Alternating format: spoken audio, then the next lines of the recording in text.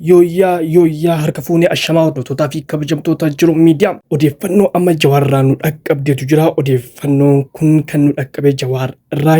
Odeeffannoo sunis biltsignaan karaa keessaatiin yoo dhaamsa waliin dhaamanii dhaamsa santu Jawaariin bira gahee Jawaar icciitii biltsignaan keessaan walii dhaamtu san baasee fuula sooshaal miidiyaa irratti mul'isee jechuudha. Icciitiin sunis akkana jetti.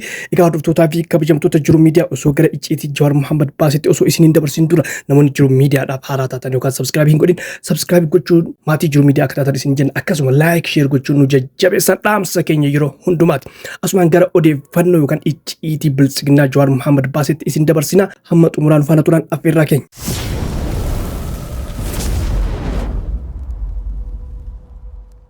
Dhaamsa hoggansi PP karaa keessaan caasaa isaaniif ergan jedha Jawaar Muhammad. Waanuma isaan karaa keessaan waliif ergan warra bira hin geenyeef akka bira gahuuf share waliif godhaa jechuudhaan gara fuula Facebookii isaa irratti barreesse. Dhaamsi jarri waliif ergan akkas jedhu. Akkam jirtu diinonni keenya yeroo ammaa finxaaleeyyii fi humnoota badii jijjiiramaa keenya gufachiisuu barbaadan waliin qindaa'anii ajandaa diigumsaa bocuunii fi olola maqaa xureessuu gaggeessuun duula miidiyaa nurratti bananii jiru. Duula miidiyaa nurratti baname kana karaa ijaaramneen ofirraa qolachuun barbaachisaa waan ta'eef hoggansi miseensa keenyaa fi raayyaan miidiyaa hundi gahee isaa bahachuu qaba. Kanaafuu gama tokkoon ijoolleen poolisiitti sadarkaan jiran dhimma kanaaf xiyyeeffannaa kennanii akka hojjetan gochuun gama biraatiin immoo dhimmoota diina ajandaa godhatee diigumsaaf itti fayyadamuu danda'u cufaa deemuu fi qaamoleen yookaan loote galtuun nu keessa taa'anii ragaa adda addaa bifa suuraa fi viidiyootiin qindeessanii diinaaf kennan akka hin jiraanne sakatta'anii qulqulleessuun barbaachisaadha.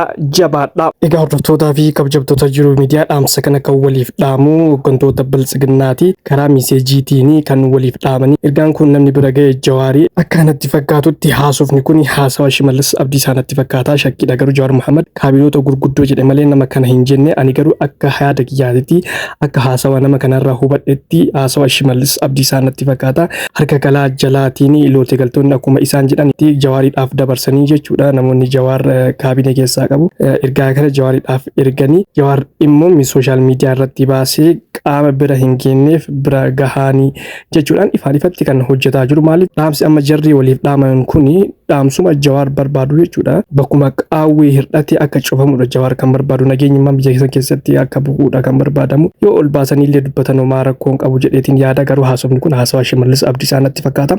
Egaa hordoftootaa fi kabajamtoota jiru miidiyaa ammas odeeffannoo akkuma arganneen kan isin biraan gennu ta'a. Namoonni jiru miidiyaadhaaf haaraa taatan yookaan subscribe hin godhin subscribe gochuudhaan maatii jiru miidiyaa akka taatan isin jenna. Akkasuma like share gochuudhaan nu jajjabeessan dhaamsa keenya yeroo hundumaa yaada keessan gara koomantiitiin nuuf kenna. Waan wajjin turtaniif galatoomaa ulfaadha.